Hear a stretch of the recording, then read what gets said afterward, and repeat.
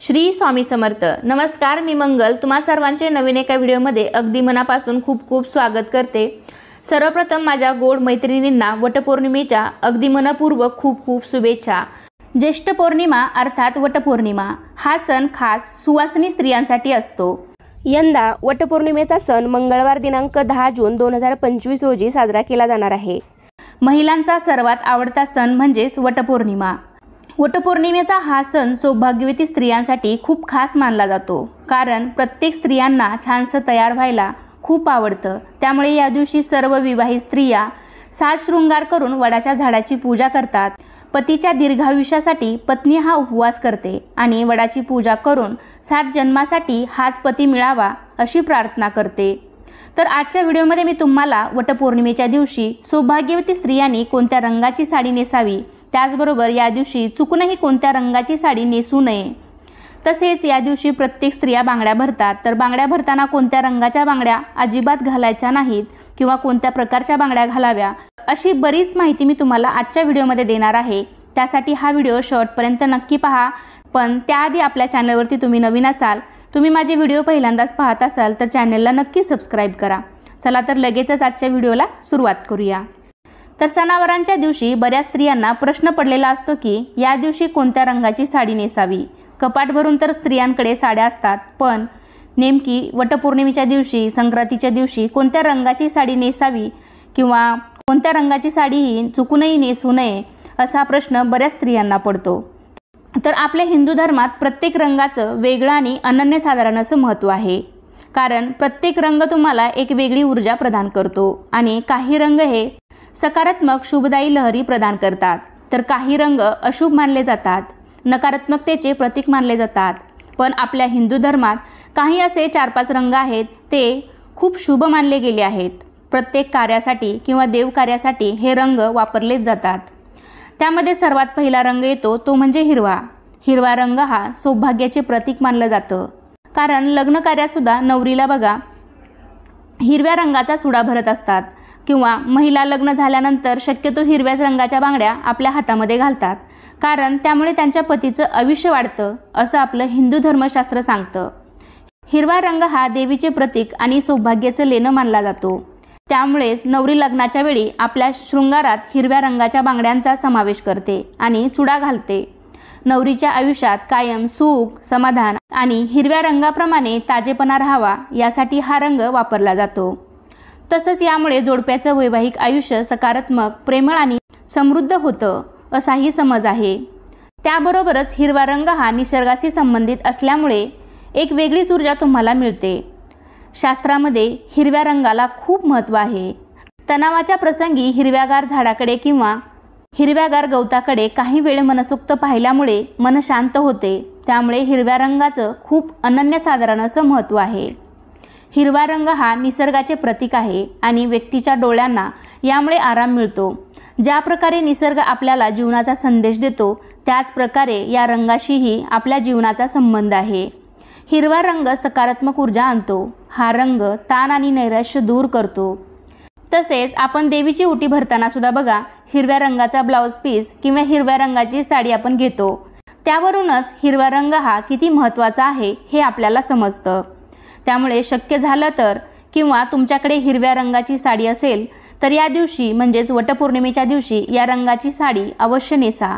शक्यतो सर्व स्त्रियांकडे हिरव्या रंगाची साडी असतेच, पण तुमच्याकडे नसेलच तर आपल्या हिंदू धर्मशास्त्रात लाल रंगसुद्धा खूप शुभ मानला जातो। आपण रोज देवाची पूजा करताना किंवा कोणतीही पूजा मांडताना आपण पाटावर लाल रंगाचे वस्त्र टाकतो, कारण लाल रंग हा सर्व देवांना त्याचबरोबर माता लक्ष्मीला सुद्धा अत्यंत प्रिय आहे।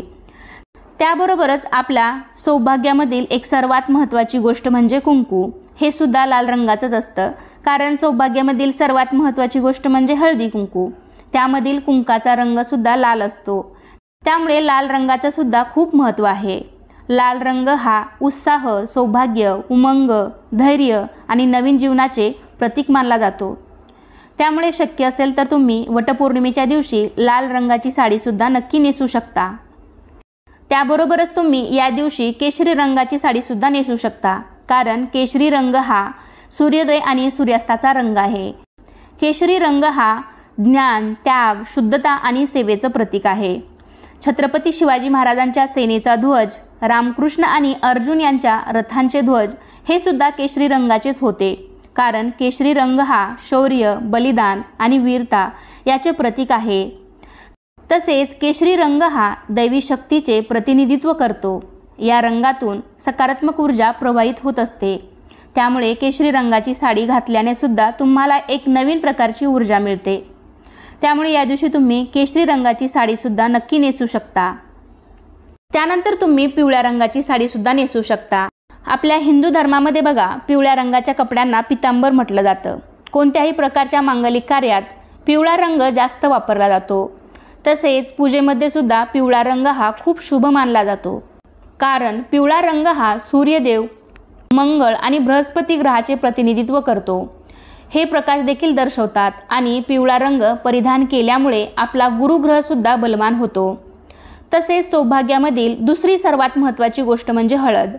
हळदीला जेवढं महत्त्व आपल्या हिंदू धर्मात आहे तेवढेच महत्त्व पिवळ्या रंगाला आहे. त्यामुळे पिवळा रंग हा खूप शुभ मानला जातो. त्यामुळे तुम्ही पिवळ्या रंगाची साडीसुद्धा या वटपौर्णिमेच्या दिवशी नक्की नेसू शकता.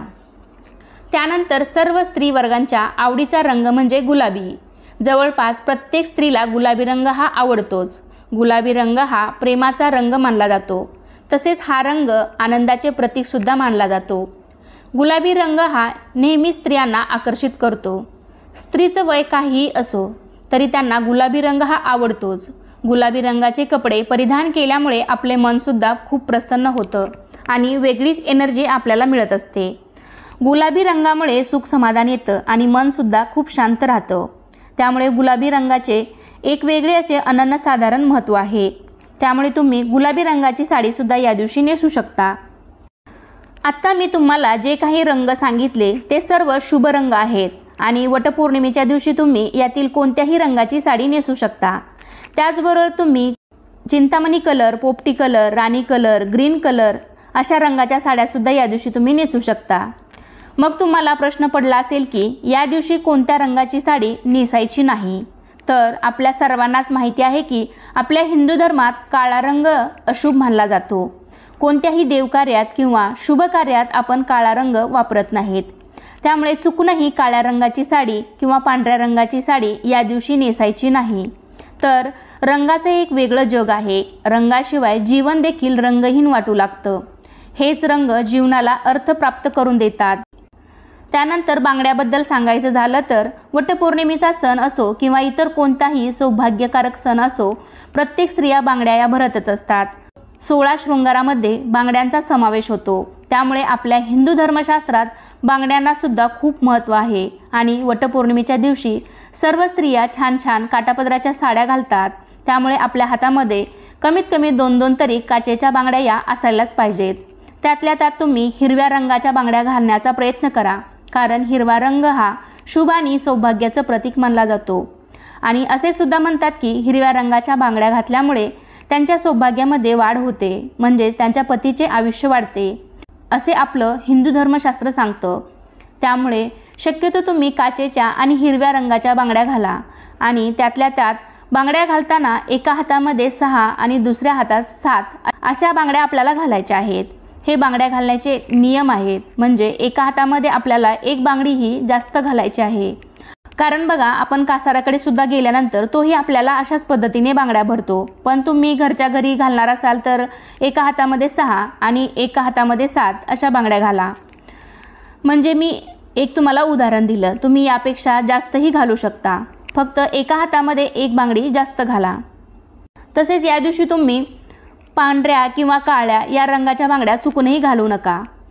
अशा प्रकारे आजच्या व्हिडिओमध्ये मी तुम्हाला वटपौर्णिमेच्या दिवशी कोणत्या रंगाची साडी नेसायची, कोणत्या रंगाची साडी नेसायची नाही, तसेच कोणत्या प्रकारच्या बांगड्या घालायच्या, त्या कशा घालायच्या अशी बरीच माहिती देण्याचा प्रयत्न केलेला आहे. तर कसा वाटला तुम्हाला माझा आजचा व्हिडिओ नक्कीच मला कमेंट करून सांगा. हा व्हिडिओ आवडला असेल तर एक लाईक करा. तुमच्या फ्रेंड फॅमिलीमध्ये शेअर करायला विसरू नका. आणि आपला हा व्हिडिओ तुम्ही पहिल्यांदाच पाहत असाल तर चॅनलला सुद्धा नक्की सबस्क्राईब करा. चला तर मग पुन्हा भेटूया अशाच एका छानशानी माहितीपूर्ण व्हिडिओमध्ये. तोपर्यंत धन्यवाद. श्री स्वामी समर्थ.